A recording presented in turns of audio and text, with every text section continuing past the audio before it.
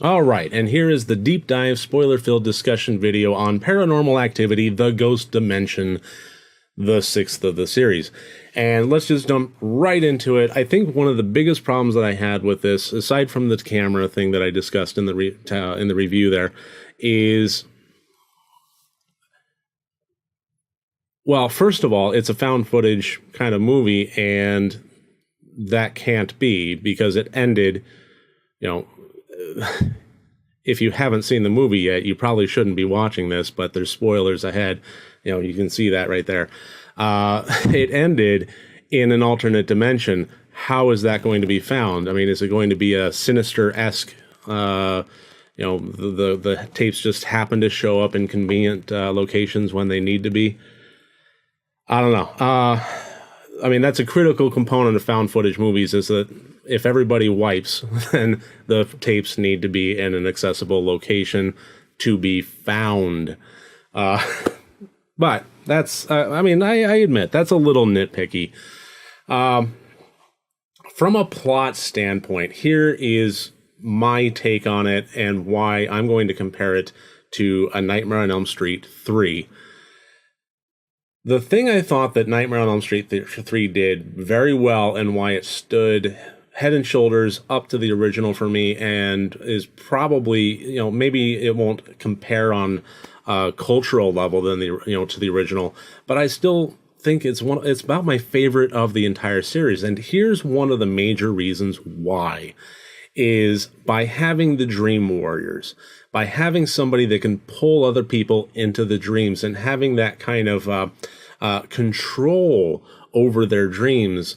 It provided them with weaponry, and it provided them with the possibility of a positive outcome. It gave them hope, and it was a very slim chance that they would all survive.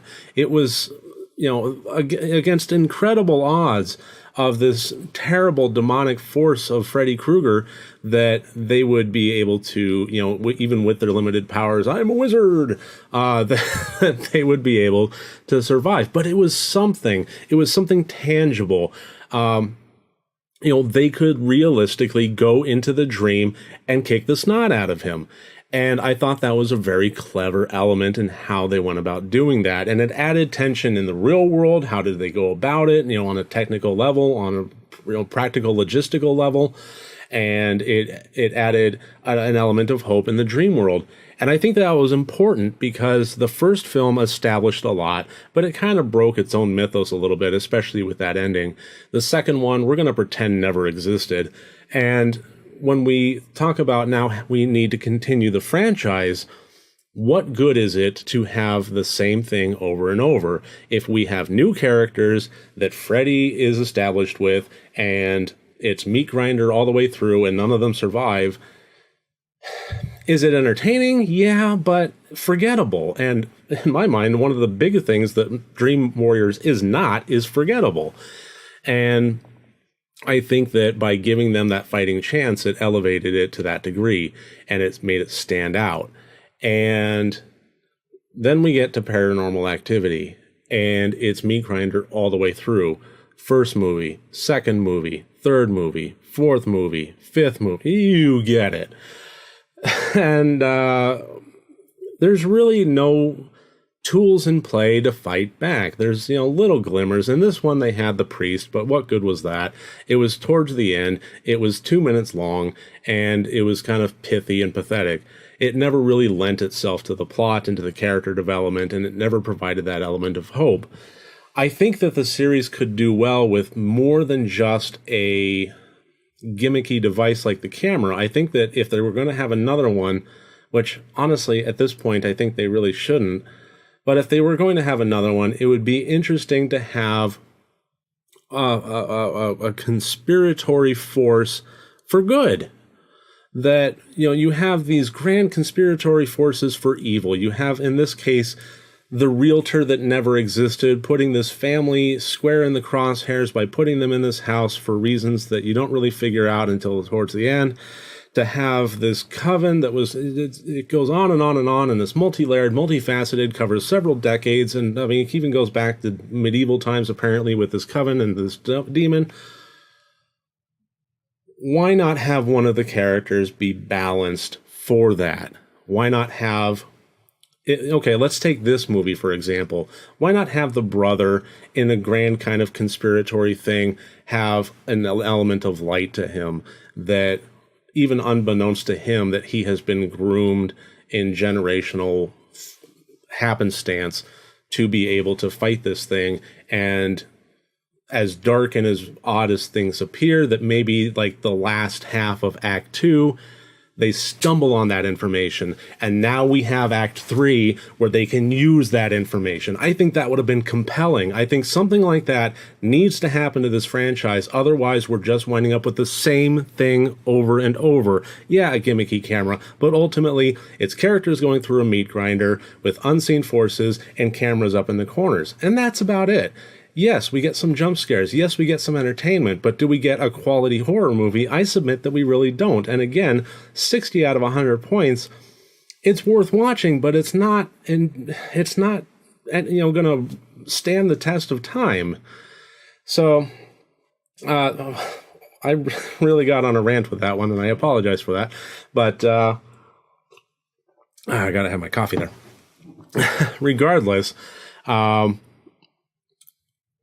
I guess some things I want to point out as far as, I always try to find the good and the bad and the bad and the good.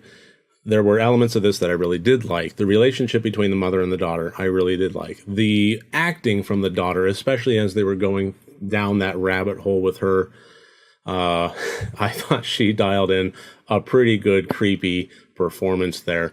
Just dead in the eyes, get away from me.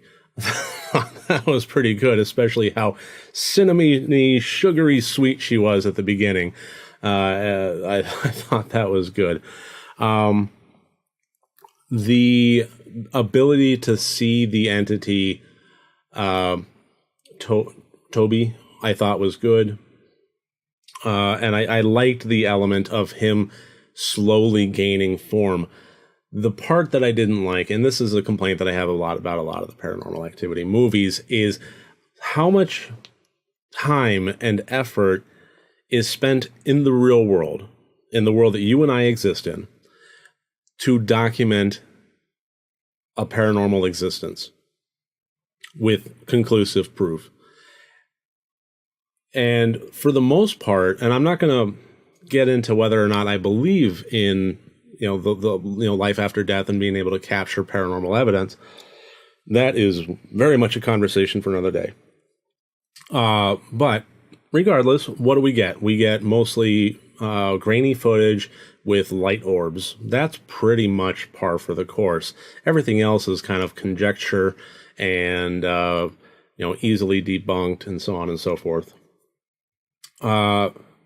Now we have a situation where these characters have this evidence, and it's pretty darn good. And even if it can be, poked holes through like Swiss cheese by somebody that's a video analyst and, is a skeptic and wants to find those holes, at the very least, it's compelling enough to be able to move forward with it in any kind of investigative fashion.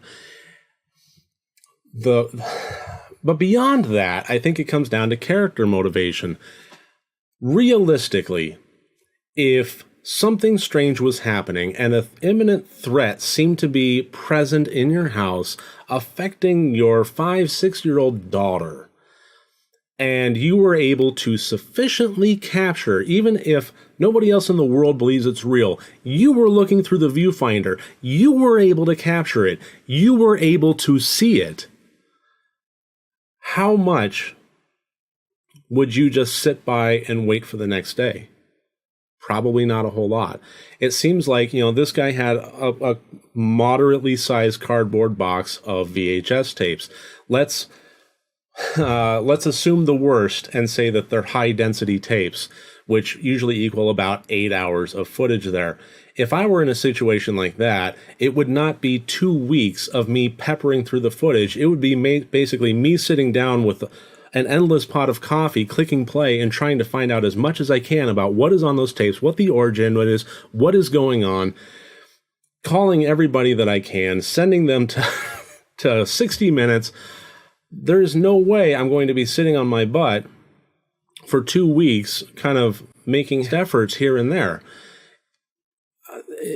it felt like the characters were moving at a snail's pace in contrast to what was going on around them. Yes, they were freaked out, but what did that mean in actionable sense? Not a whole lot. So, I mean, even if there wasn't a supernatural, focus on, one of the characters being conspiratory good, ultimately they just didn't even have a lot of fight in them in the first place. So that was a little disappointing, and it honestly took me away from the characters. It took me away from the believability. I spent most of my time just like mentally screaming at the screen, what are you doing? Get off your butt. Okay, you're putting the camera in a different corner this time. Congratulations. What have you been doing for the other 3 hours and 50 minutes of the day? You obviously don't have a job. You're not working. It just was frustrating. But that's ultimately how these movies tend to go. And I'm going to be running a little long here, so I probably should be cutting it off at this point. So that should about do it for this deep dive discussion. If you agree with me, if you disagree with me, if you like the movie, if you didn't, I would really appreciate it if you could leave some comments. If you like this review, then the subscribe button is right there. And I would very much appreciate engaging with you, and I will be responding to any comments that are left. In the meantime, thank you for joining me today. I will see you tomorrow.